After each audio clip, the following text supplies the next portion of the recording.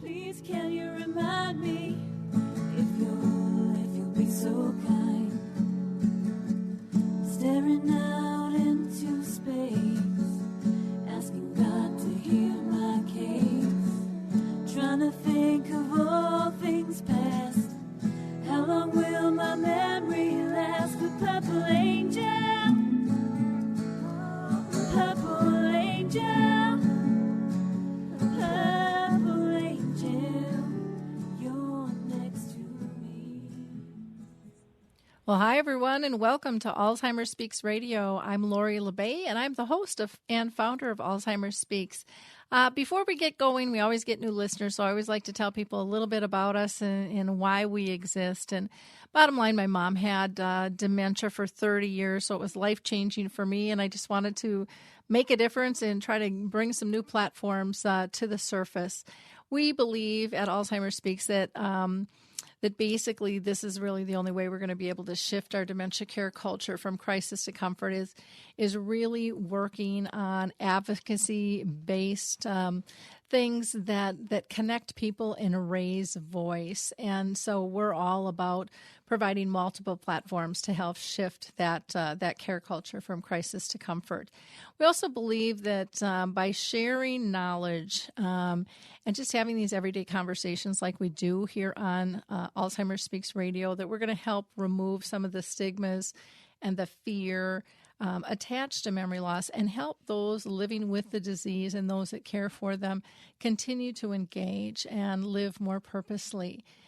At our core, we believe that collaboration is really the only way we're going to win this battle. None of us can do this alone. There's too many unknowns, and I just want to thank our audience for all of your likes and clicks and shares, because you have had a huge impact in raising our profile here at Alzheimer Speaks. You see, we were lucky enough to be named the #1 influencer online regarding Alzheimer's, according to ShareCare and Dr. Oz, and we did not do that alone. Every time you take those couple of seconds to share information regarding dementia care, you are pushing it out to your sphere of influence, and many times there are people there that you have no idea are dealing with this or are going to be dealing with this. And the more information that they see, the more comfortable they're going to feel in reaching out and grabbing it when the time is right for them.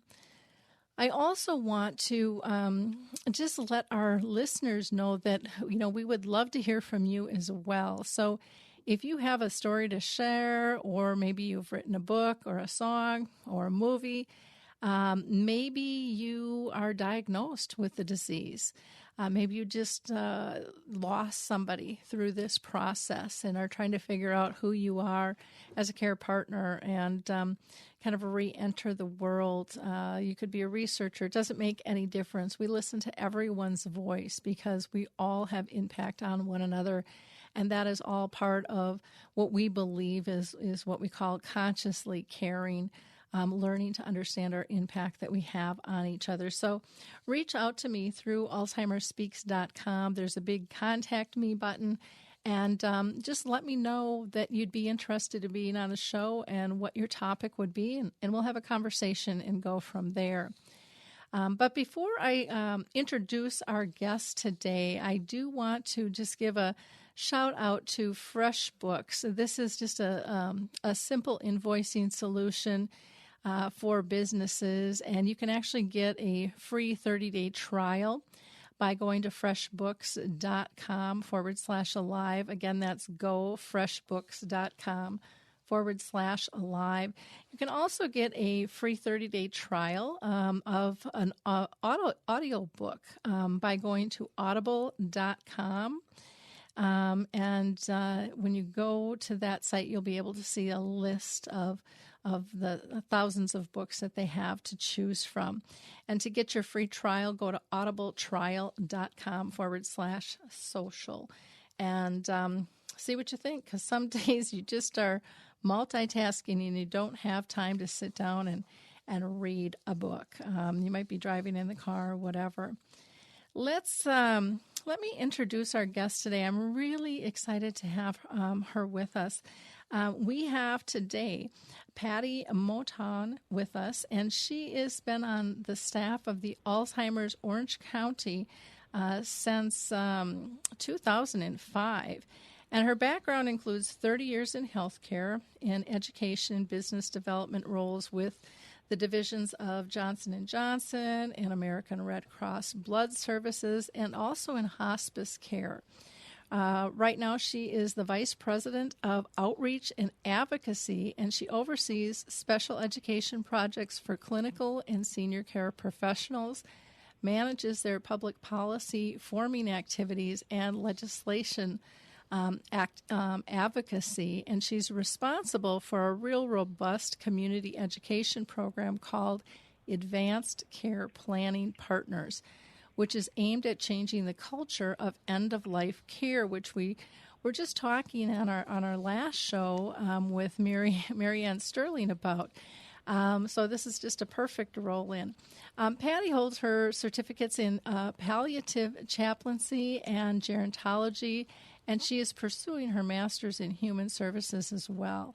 She's a grandmother of 4, and she lives in California with her husband, Roger, and their companion therapy dog, Kiko. So welcome, Patty. How are you today?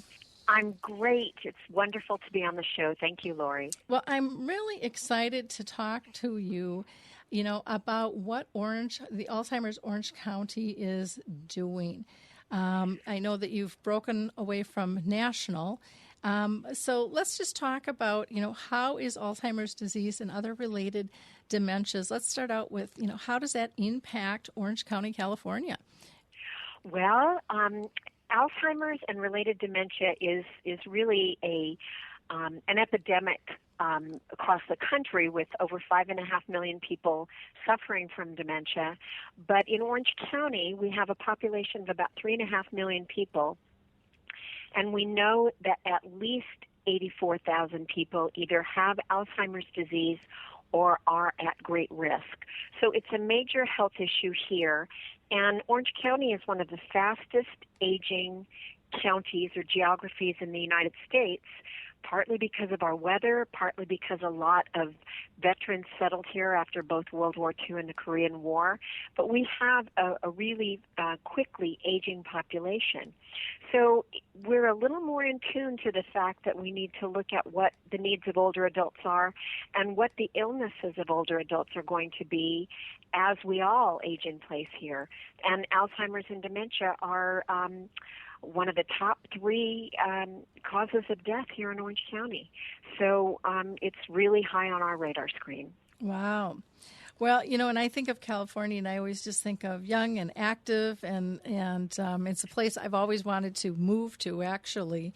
I absolutely adore it out there, and I can see where people go there and don't ever leave, And right. People love to stay here. Yep.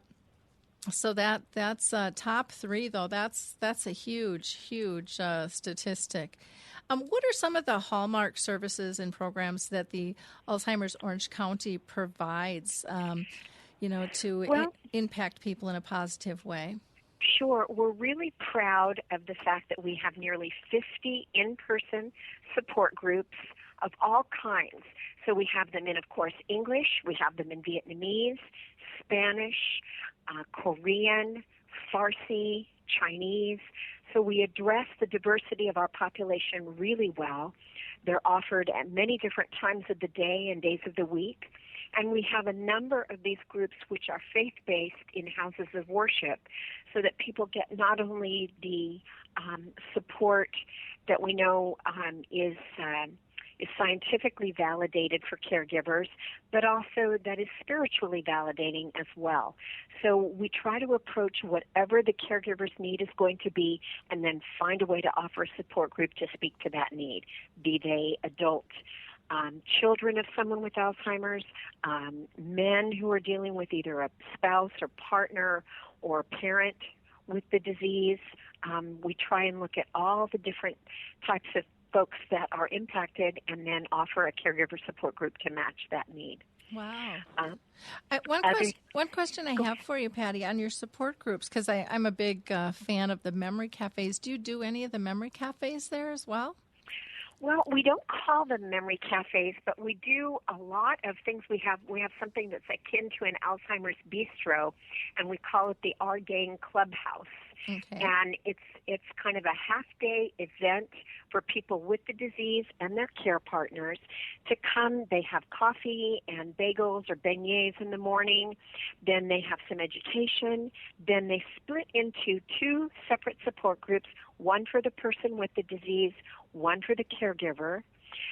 And then they all come back and they have some social time and have lunch. So it's really fun. We usually have about 70 people attend the Our Gang Clubhouse, and they have a blast. And so we like to be able to support people in that way with some socialization, prevent the isolation that sometimes comes with caregiving, and have things that are intellectually stimulating and fun for people so that the persons with the disease get that kind of stimulation that helps keep them a little brighter. Oh, and wonderful. engaged. No, Yeah, so that's what we call our version of a memory cafe. Okay. Well, and I think that includes a lot more than what memory cafes do. How often do those meet then? That is every other week. It is? And Wow. that's for a full half day. And then we have other groups called, one is called Connect to Culture, where people with the disease and their care partners meet with a social worker, an education professional, and they maybe go to an art museum, or they do a project that is linked to some cultural activity, or sometimes they take the train down to Old Town San Diego for an event. So there's all kinds of ways that people then can connect into culturally significant activities, have a great time, and prevent the social isolation that typically goes along with this process. Oh, I love those. Those are great formats. I know that the half-day program sounds really interesting, and I haven't seen anything like that here where I am in Minnesota. There's some things that are a little close, but not so much. I like that you're getting both together. They can go off their separate ways. There's some education and then wrap up again together socially. And I think those bonds are so important for people. So kudos to you. Are there some other programs that you're doing besides the in-person? There are. We offer a helpline with trained local social workers who really know the area and the geography and can really help families who are struggling with issues like placement. Do they need to have care in the home? Do they need a referral to a physician who can give them a really comprehensive diagnosis? Do they need to be referred to a counselor? So that helpline is really a lifeline to many of the families that are coping with this. So we offer that, and that is also in both English, Spanish, and Vietnamese. And we have robust outreach into the Spanish-speaking and Vietnamese community so that we really know who's providing care and support and can then connect families to those resources as well.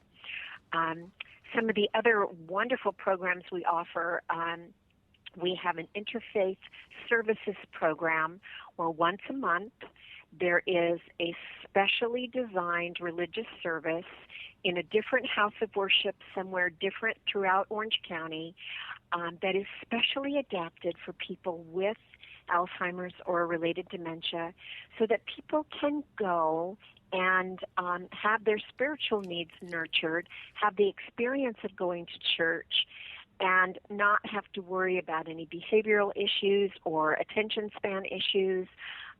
It's kept very lighthearted, short, familiar, and then typically the hosting house of worship provides a little luncheon for the guests, and so it turns into a really wonderful social activity as well. So that's another program that's pretty unique to Alzheimer's Orange County. Oh, that's fantastic. And I love that your helpline is local. I know here, even in Minnesota, we have a helpline, but it's it's so general, and it's just hard for people to communicate what their needs are because they don't really even know what they need sometimes. And I know that they've tried to change in terms of training for those serving on that kind of what we call senior linkage line.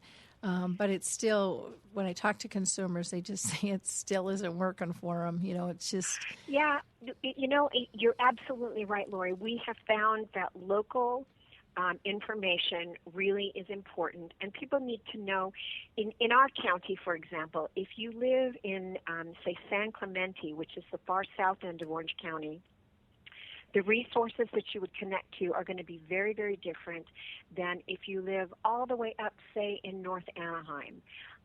The companies that offer care are going to be different. The nursing home availability is going to be different. And any assisted living that you might be interested in is going to be different. So people need to understand that even though it might only seem like it's 25 or 30 miles away, it's like being in a different country. Mm-hmm. So we have to really look at the differences in our county. We're very diverse. It's not all Disneyland and Newport Beach, and so we have to really take that into consideration. And they know the people that they're talking about referring resources to the families that we serve.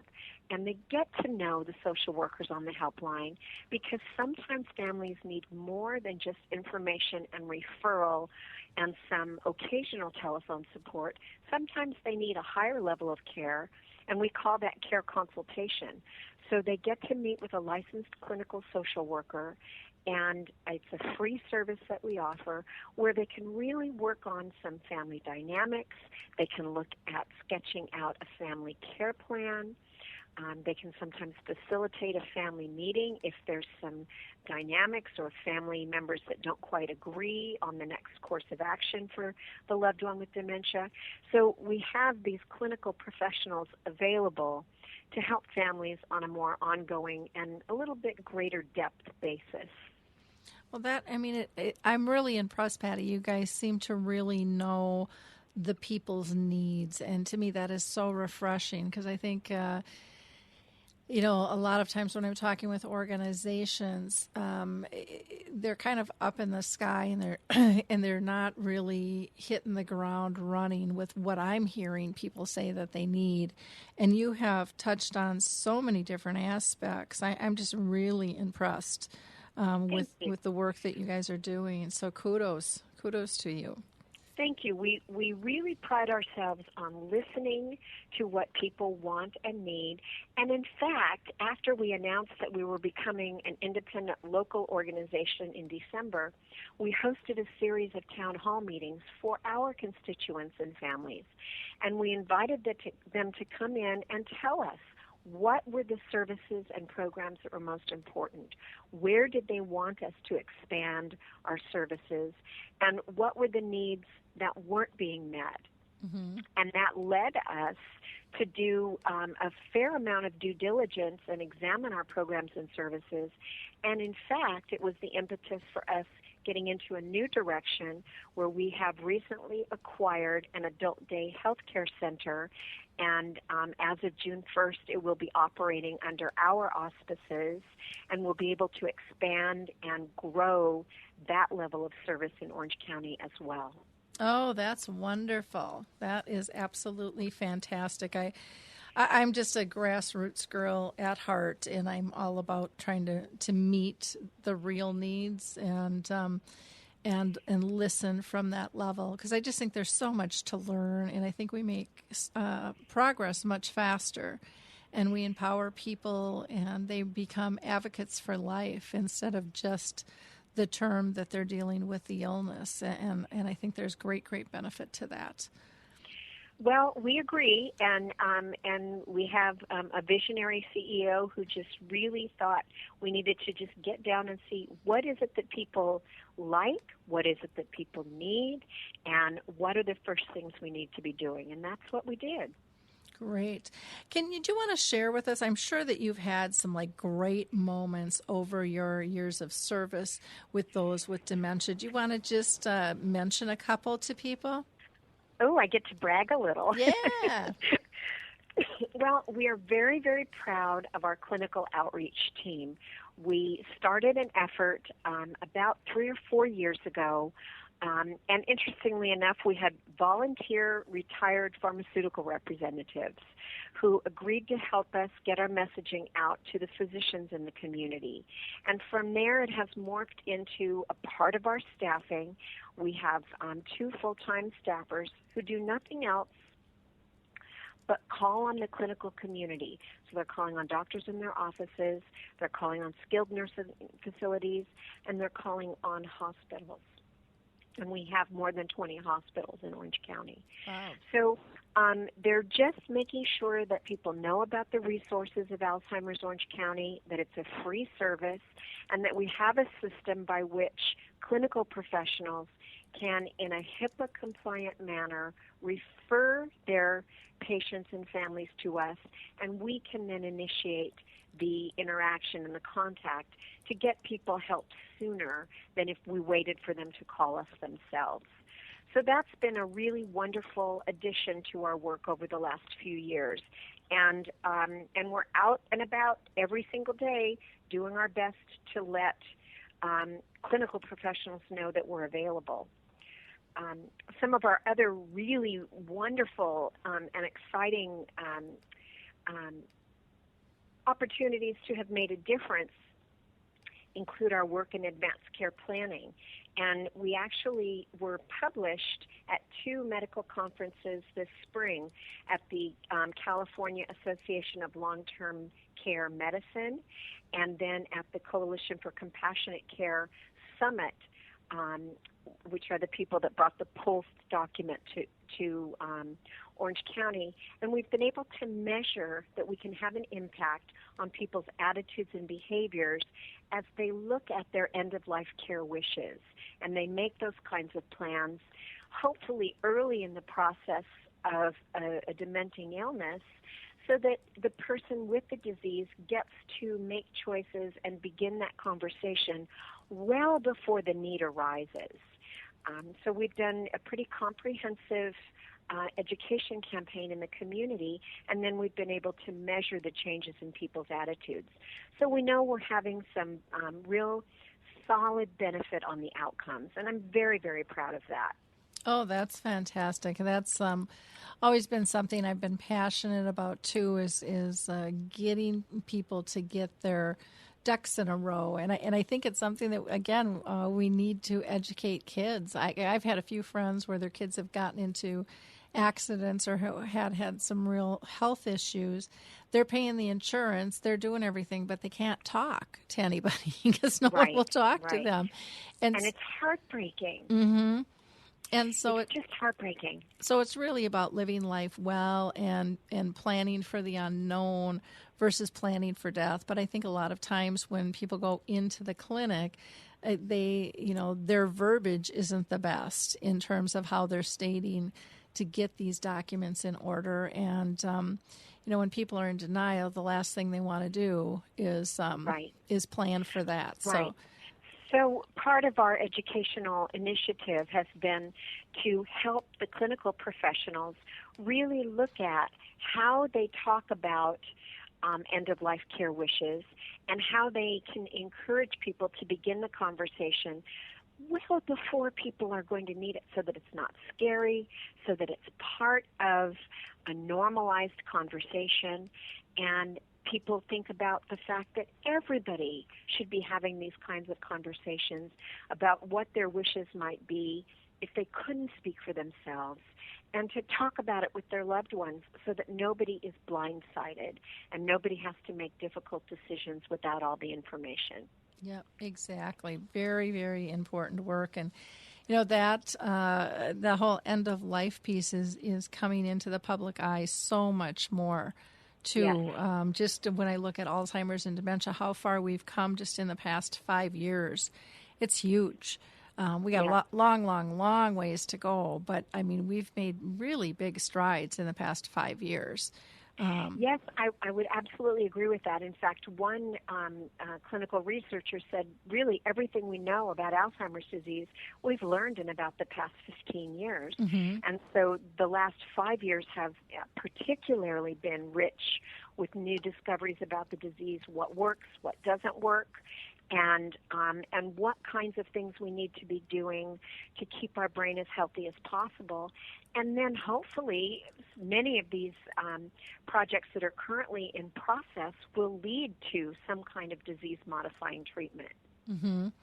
Yeah, and we just really have to encourage people to get involved with some of these trials and these key groups of support that you have. It just makes life so much easier when people are connected. It does.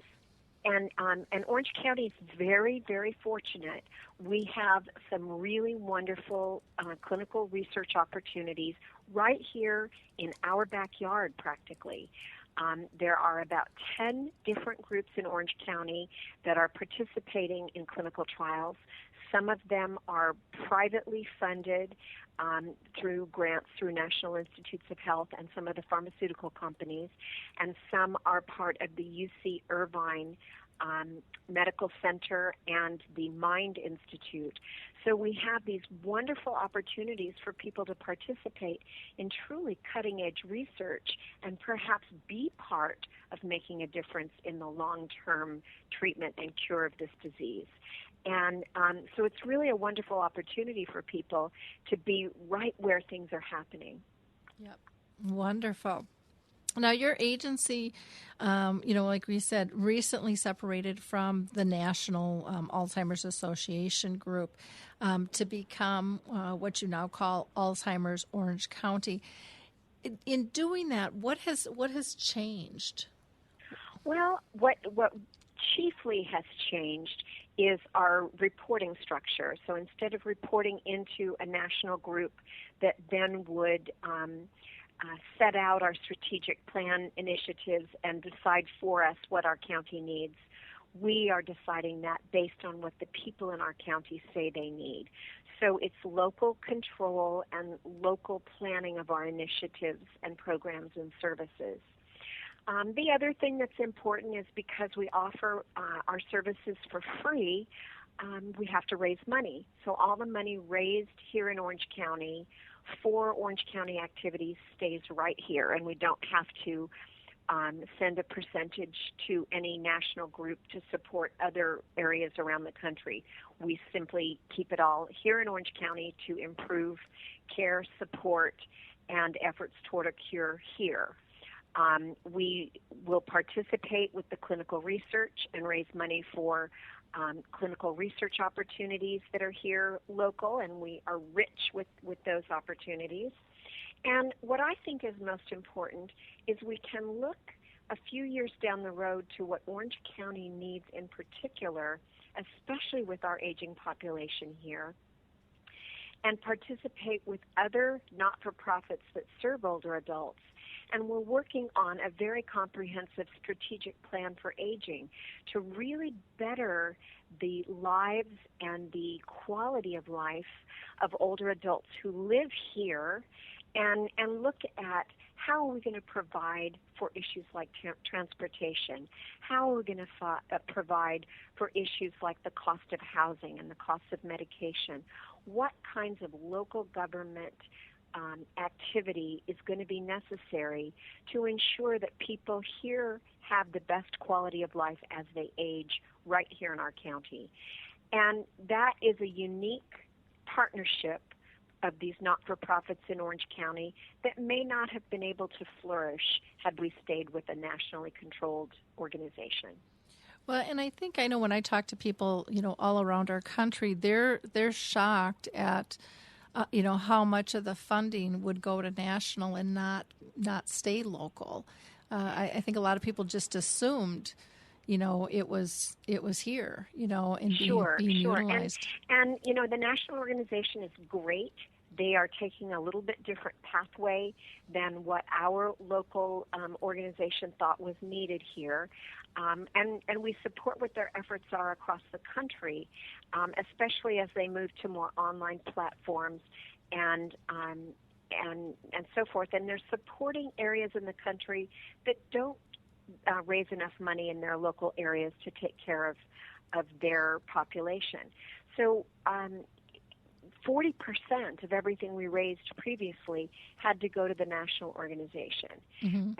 And locally, we just determined that we just weren't getting enough back that was going to benefit our residents and our community. So that was a big factor in our decision to become independent. Mm-hmm.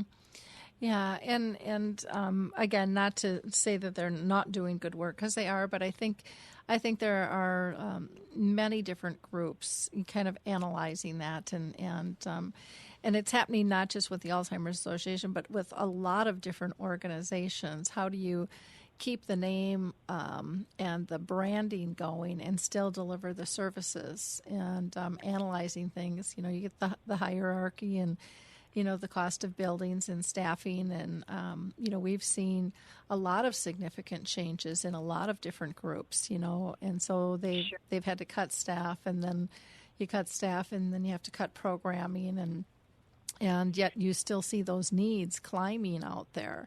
Right, and our goal here in Orange County is to have programs and services grow, to serve more families at a deeper level, and to be able to provide the kinds of direct service that people tell us they want. Mm-hmm.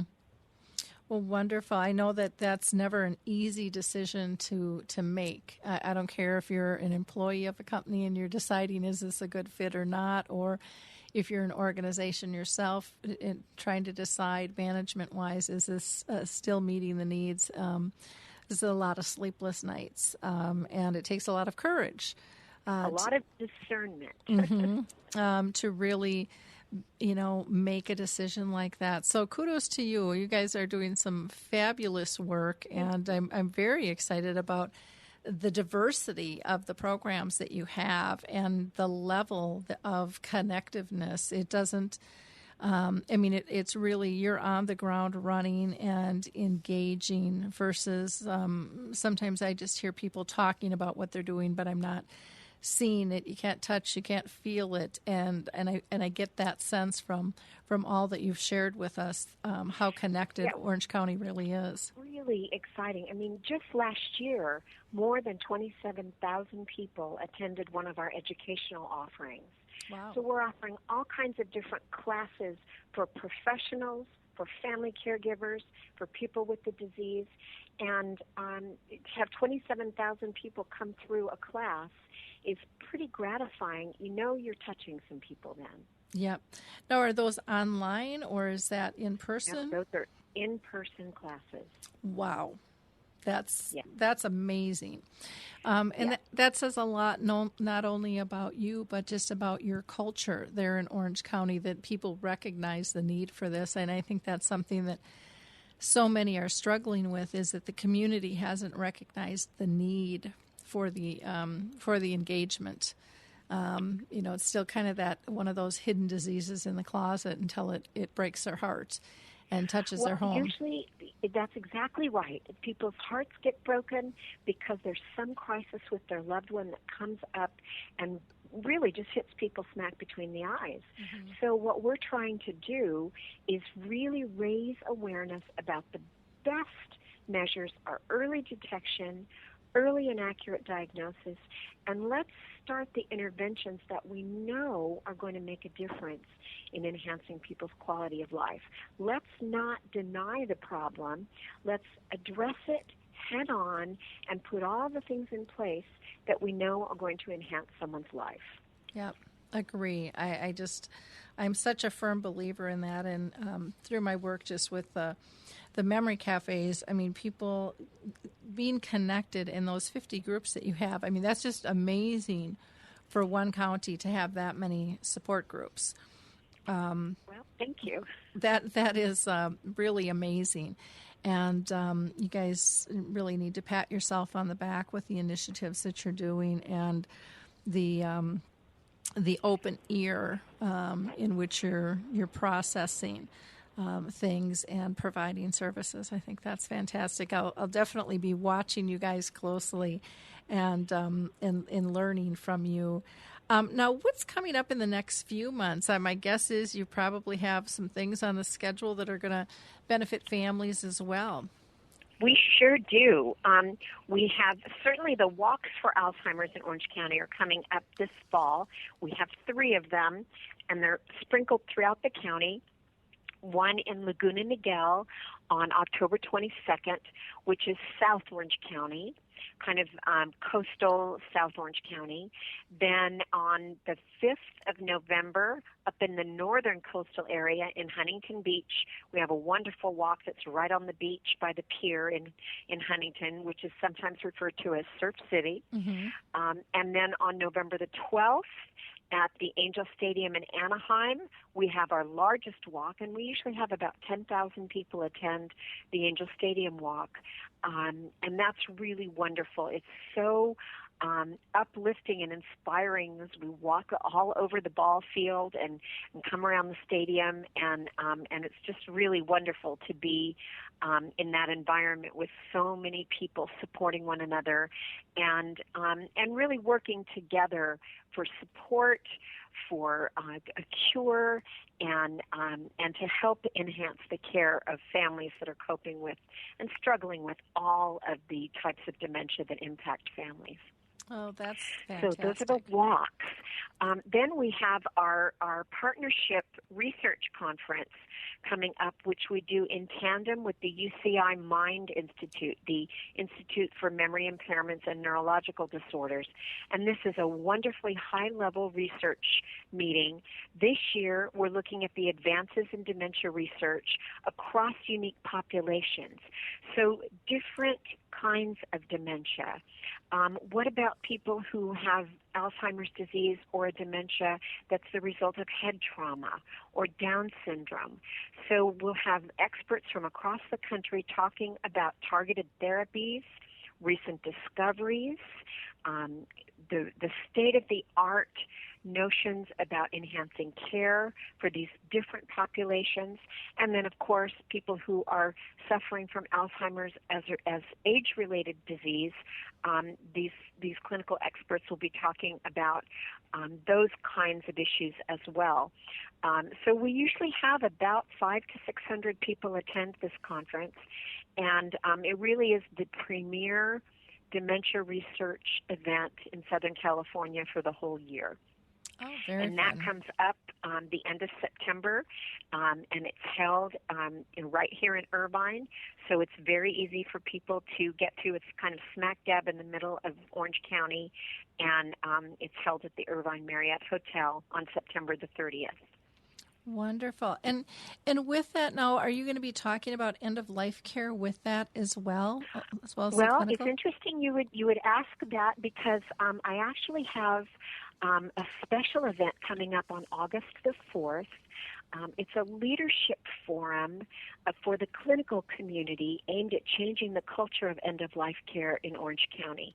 And we'll be bringing in internationally renowned end-of-life expert Dr. Ira Byock, who literally wrote the book on hospice and end-of-life and palliative care. I love him. And he's great. We will have a number of experts from across the state of California coming to talk about what their medical group and health plans are doing to really look at changing the clinical culture of how we deal with end of life, how we incorporate palliative care, and what can we do to anticipate what people's and families' needs are going to be to not just get through end of life care for dementia and many other disease processes, but how can we make it really a beautiful part of life, because as a culture across the United States, we've kind of lost that. Mm-hmm. And so we need to get back to some of our roots where the fact that people were not going to live forever was really an understood part of life, and we made it as wonderful and as loving and as beautiful and as free from suffering as possible. Oh, wow. You know, one person you might want to be in contact with, I don't know if you're familiar with Vicki Kind of Kind Ethics. But sure. she is fabulous, and she has a DVD, and she has this new workbook on healthcare directives, and she specializes in both working with professionals in bioethics as well as families. She's just and she's out in California. Wonderful. I'm familiar with her work, so that's a great suggestion. Thank you. Yeah, she's just fabulous, and Ira, he will just be wonderful. I've never met him in person, but his videos are just amazing. I still, one sticks out in my head when he talks about, how we treat a young baby, and then how we look at elder care, and Right. just he simplifies things to He just sure really does. He touch gets the down heart. to really essential aspects of what we should all be doing every day with the people that we love, but then it crystallizes for those who are experiencing the end of their life and maybe have limited days with us. And so we really should be telling them that we love them. We should be telling them we forgive them. We should be saying thank you. And we should be preparing for the time when we have to say our final goodbyes. Yeah, it's such a taboo topic. I mean, I've dealt with it with both my folks and with my brothers and even some of their friends. Couldn't even go visit in a nursing home. They just couldn't go there. They didn't like it, and it's like, this isn't about you. This Right. this really is about. About their journey. And one of the most recent experiences that I had that I would love to see initiated more often, and this we kind of fell into, but when my mom was actively dying, she would always come to me in dreams because she couldn't communicate anymore, but she would come to me in dreams, and she told me, "You're not going to be here when I go." And she says, "I need to know you're going to continue this work." And so, lo and behold, I had 2 keynotes in Arizona. And we had her on hospice and set everything up. And my daughter was kind of in charge, even though I had 2 brothers that were, much older. They just weren't good at dealing with that kind of thing. And as I left, we had everything in order as much as possible. And I'll never forget sitting in baggage, and my daughter called, and she says, "I think this is it. Do you want to say goodbye to Grandma again?" And I said, "Yeah, sure." And she says, "How about if we FaceTime?" And I had prepared myself for phone conversations. I just never really thought about the whole video aspect. And there I was in baggage claims saying goodbye to my mom one more time. And it was incredible. She ended up hanging in there, and I got back to the hotel, and we did like a 6-8 hour vigil where I got to see my mom and my family on video. I could guide them without interfering and letting them do the hands-on things, because if I would have been there, my mom was right. I would have just taken over and I would have done stuff. And my mom was always a big component of people need to feel comfortable with death. We're not getting out of here alive. This is part of a normal thing of life. And it was just one of the most beautiful experiences. I mean, even doing the last rites 5 minutes, or it was probably 10 minutes before I had to go on stage out in the parking lot with my mom. Oh, isn't that beautiful, though, that you were able to organize that for her. And if more families had that kind of experience, their hearts would be just so much more settled as they go through their grieving process. It doesn't mean you won't grieve. It doesn't mean you won't be sad. It just means that some of the emotional devastation is somehow cradled in this emotional bath of doing things really well for the person who's dying. Yeah. Well, and even with that, my whole family thought I was crazy for not being there because that's not who they knew me to be. And they're like, "You have to be here. This is just who you are, And I said, "No, Mom has told me, and I'm going to respect her wishes. I don't understand it. I fought it for a little while, but these are her wishes." So, and there were like little angels planted on my whole trip. I mean, the man I sat next to on the plane, to a woman who had called me 4 months before the event of my mom dying and me going for these keynotes to say, I followed you. I would love to take you out to dinner. She saw my mom take her last breath with me Oh, at the my. dinner table. And we have a bond now that's not broken. I mean, it can't be. And she and it was kind of beautiful too, because she was a different culture. She was Indian, and she said, "This is an honor for me." She said, "I will go home tonight and cleanse my body and light a candle, and I will say a prayer for your mom for 30 days." Every single night. And so she went home that night. She took a picture of her mantle. And I mean, it was incredible, just incredible, and to learn how different. Beautiful story. It just gives me goosebumps to hear what a beautiful story. Yeah. And so, if we allow things to unfold and be respectful of others' needs, there's so much for us to learn. And so I would love to see more people work with video, not just at end of life, but I mean, we have a lot of long distance caregivers. We have a lot of care partners that are down the street, but their schedules are just busy, and they've got little kids they're watching, or they're going to school, or whatever it is, and they just don't have time, but they could interact by video. Mm-hmm. And, exactly. And most of us have that technology available to us. And it is, it would alleviate, I think, a lot of stress. I think it would alleviate a lot of family dynamics. And make the medical staff a little bit more comfortable in terms of connectiveness, because there's some judgments there when people aren't around. I just, in the training and speaking I do when I talk to people, I just think there would be so many levels that could really help. And so I just shared that story with you because we were talking about. It's beautiful. It's a beautiful story, and we should all be able to tell beautiful stories of the way we say goodbye to our loved ones. Mm-hmm. And what that takes is some planning and some anticipation of needs, and to have been able to have some deep, heartfelt conversations ahead of time. Yep. Yeah. And, our emotions aren't going to go away. So, we can stuff them and we can think that they're gone, but they're going to show up later if we don't address them in a more negative fashion called guilt. Right. And really knock us for a loop. Right. So if we can learn to embrace a life, all it's been, all it is, and the connectiveness even after death that we can still have, I'm a big believer in that. One of the concepts that I talk about is that we are caregivers from the moment we're conceived, and people think that I'm crazy when I say that, but then I go on to ask people, well, how many bellies have you patted? How many tummies have you talked to? And we engage with a womb. Right. And that continues Right. throughout life. It's life-changing to us. And those connections don't go away. So we just have to get way more connected to who we are and the impact we have on one another. In this world, we've gotten so far away from that. And it shows in how we're treating one another in all aspects of our world right now, which is too bad. Too bad. Yes.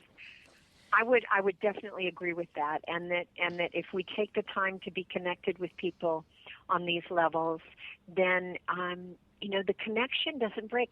Death doesn't end a relationship. No. It ends a life, Yep. But the relationship continues even when someone is gone. We still have our memories. We still have the way they have impacted us, and whatever they have left behind us, their legacy stays with us. So I think if we reframe it for ourselves and for the people that we provide care for and serve, then we're going to make that whole transition a much more positive experience and not so devastating. Yep. Yeah, but we are such a community faced, or based on fear. That's how we've motivated people to, kind of stay out of trouble. We use this whole fear-based thing, which again isn't working very well either. And we have to learn to embrace the good, the bad, and the ugly, and change. I think from the heart. Because if we just do kind of a rote change, but we don't truly believe in it, it shows. People Right. know if you're being authentic or not. And well, I agree. I think that there's a lot of opportunity to to provide growth and for people to just look at things in a new light. Mm-hmm. Well, I think one of the things that, again, I really like what the Alzheimer's Orange County is doing is it aligns with what I do, which I call emotional-based training. You really seem to be getting at the heart of the matter and engaging people at a deeper level than just providing services. You're really listening. You're letting them be active participants in what direction you're going, and you're empowering them to live better. And I think that that's just huge. So kudos to you guys. Is there anything else that you want to touch base on, Patty, that we haven't so far? Oh gosh, I just wish people would go to our website. It's easy. It's alzoc.org. They can give us a call if they need some help and need to be connected to us, and that's really easy too. The helpline number is 844-HELP-ALZ. So it's 844-HELP-ALZ. And then they can get connected to social workers on the helpline. And if anybody would like to contact me, I'd be so happy to hear from folks who want more information about what we do. My email is available. I'm sure you're going to post it as part of the podcast, but it's my name. It's Patty, Patty, .Mouton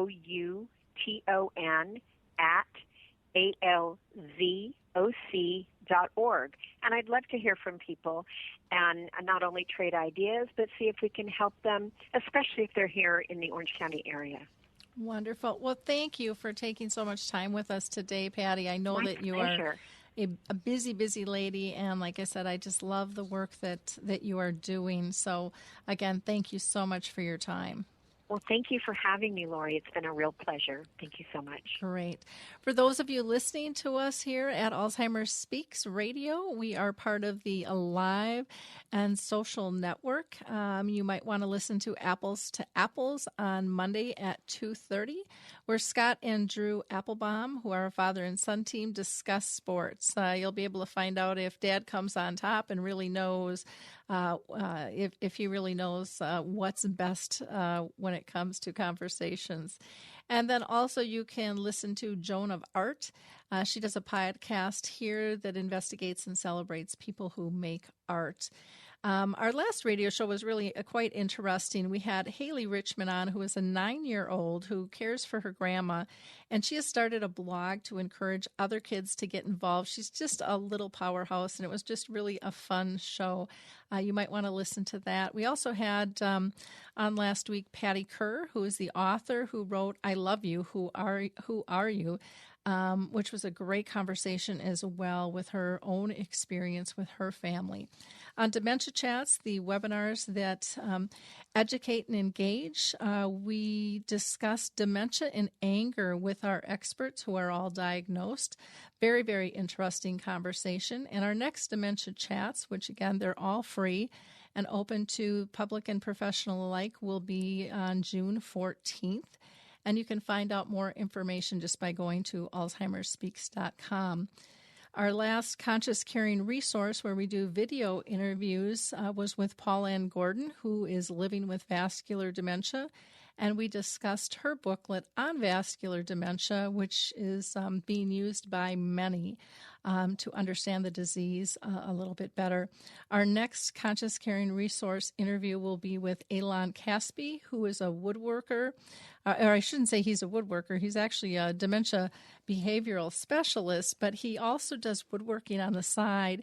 And he did a great project of the brain, which is now displayed at the Cushing Center. So I'm just in the process of editing that, and we'll get that up and running this coming week. If anybody out there listening is interested in hosting a preview of the Hollywood film His Neighbor Phil, please reach out and contact me. I'm a platinum sponsor, and I'd love to discuss that with you. It is by far the most powerful film I have seen to really relate what a family and a community goes through when dealing with dementia. On our blog, 2 great articles. One is by Michael Ellenbogen, who wrote Include Us. Michael is living with the disease, as well as Brian LeBlanc, who wrote the article, I Hate You, which is quite powerful. It talks about his despise for the disease and how it's affected his life.